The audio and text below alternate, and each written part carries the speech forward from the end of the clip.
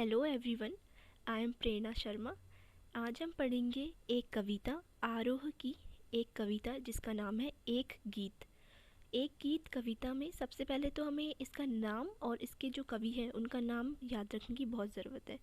बार बार पूछा जाता है ये प्रश्न कि इसके लेखक अगर कहानी है तो लेखक या कविता के कवि कौन है। तो सबसे पहले अगर देखें तो कविता का नाम है दिन जल्दी जल्दी ढलता है। दिन जल्दी जल्दी ढलता है, इससे हमें समझ में आ गया है कुछ आधी चीज़ें कि इसमें बात हुई है कि दिन जल्दी जल्दी ढल रहा है। इस तरह से जुड़ी हुई इसमें बातें हुई हैं। तो इसके जो हमारे कवि हैं उसका नाम है हरिवंश राय बच्चन।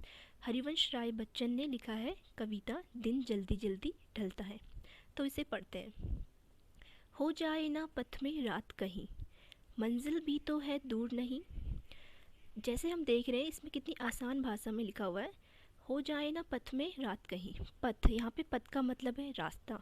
तो कवि कहते हैं कि कहीं रास्ते में रात ना हो जाए। हो जाए ना पथ में रात कहीं, कहीं मुझे रात ना हो जाए रास्ते में। मंजिल भी तो है दूर नहीं, अभी मंजिल भी दूर नहीं है। यानी कवि कहते हैं कि कहीं रास्ते में मुझे रात ना हो जाए, मंजिल भी तो दूर नहीं है। यह सोच थका दिन का पंथी भी जल्दी जल्दी चलता है।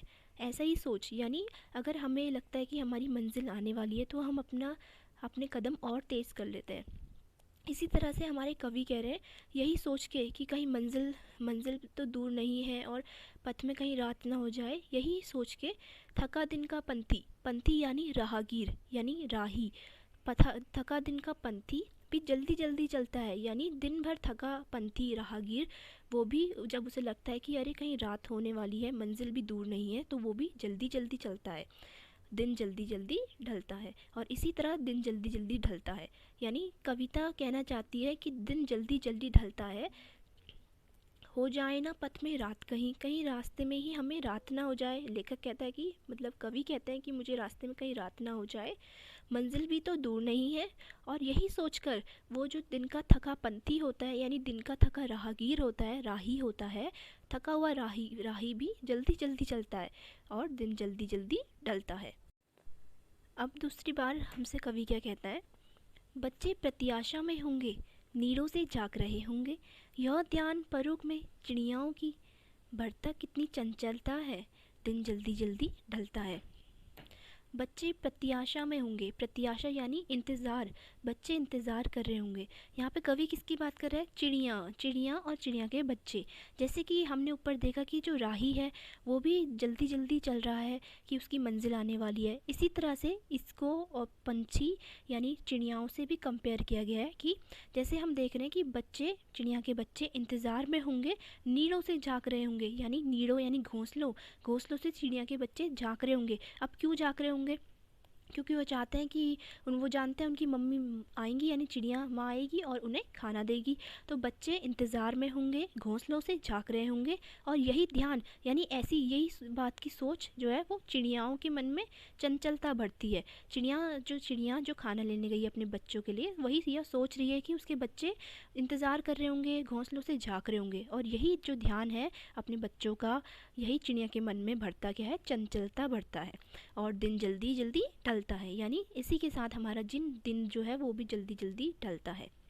अब इन पंक्तियों में कवि क्या कहना चाहते हैं, कवि अपने बारे में बात कर रहे हैं। यानी मुझसे मिलने को कौन विकल, मैं हूँ किसके हित चंचल।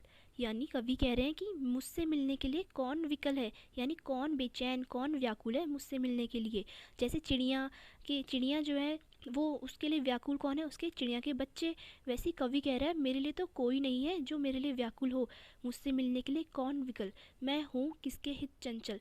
और कवि कहते हैं जब मेरे से मिलने के लिए कोई भी बेचैन व्याकुल नहीं है तो मैं किसके लिए चंचल हूँ, किसके लिए हूँ मैं चंचल। मेरे लिए तो कोई व्याकुल नहीं है, कोई इंतज़ार नहीं कर रहा है, तो मैं किसके लिए चंचल हूँ। तो वही कवि आगे कहते हैं कि ये जो प्रश्न है कि मैं किसके लिए चंचल हूँ, मेरे से मिलने के लिए तो कोई व्याकुल ही नहीं है, बेचैन ही नहीं है, यही प्रश्न स्थिर करता पद को बढ़ता उर में विहलता है।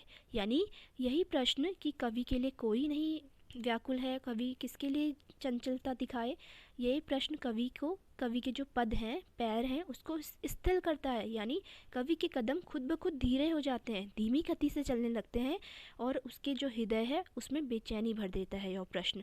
क्यों धीरे हो गए कवि के पद यानी कवि के पैर इसलिए धीमी गति से चल रहे हैं क्योंकि कवि के लिए कोई भी व्याकुल नहीं है, कवि के लिए कोई व्याकुल नहीं है।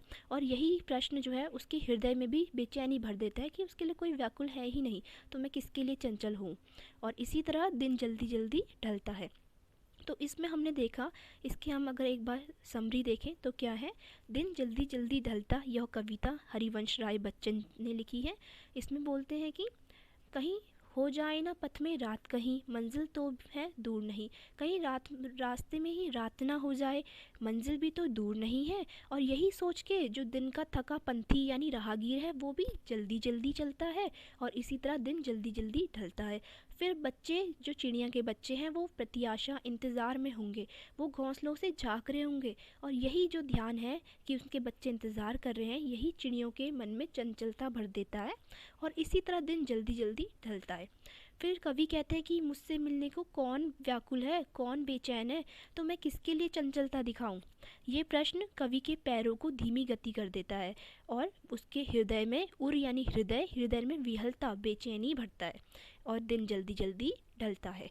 और अगर हम इस पंक्तियों में देखें मुझसे मिलने को कौन विकल, तो हम यहाँ पे देख सकते हैं मुझसे मिलने में अनुप्रास अलंकार की अनुभूति है, यानी अनुप्रास अलंकार मुझसे मिलने में हमें दिख रहा है। ये अनुप्रास अलंकार सेम वर्णों की आवृत्ति हुई है इसलिए। तो धन्यवाद। अगर आपको ये वीडियो पसंद आई, समझ में आई, तो please like, subscribe and share ज़रूर करें। Thank you.